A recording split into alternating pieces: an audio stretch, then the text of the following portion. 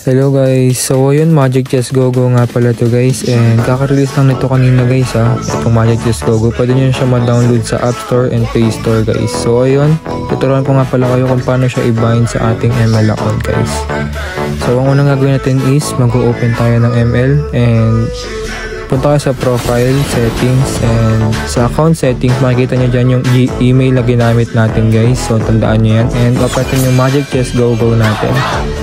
And punta tayo dun sa connect now, and makikita nyo dyan yung ating email, and send nyo yung code guys.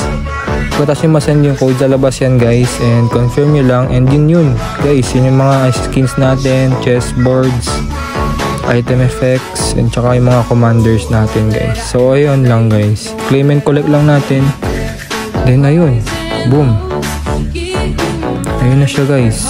And ayun lang guys, thank you.